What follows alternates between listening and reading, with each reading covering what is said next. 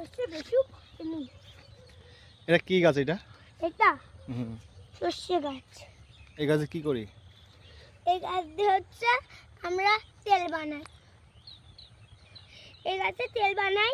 আর ওই যে ওইখানে হচ্ছে কয়টা ফুল ফুটেছে ওই পরে। ওই যে ওইদিকে সর্ষেতে ভালোই ফুল আছে, চলো দেখবো। এই দেখো এইখানে অনেক ফুল, আরো আসো, আরো দেখতে তোমরা। দেখি এখানে কয়টা ফুল।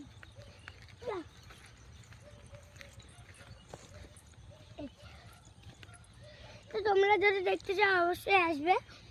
এইখানে জালালখালি মাঠ, এটা হচ্ছে জালালখালি মাঠ। এই যে মাঠে দেখো কত সুন্দর সুন্দর ফুল।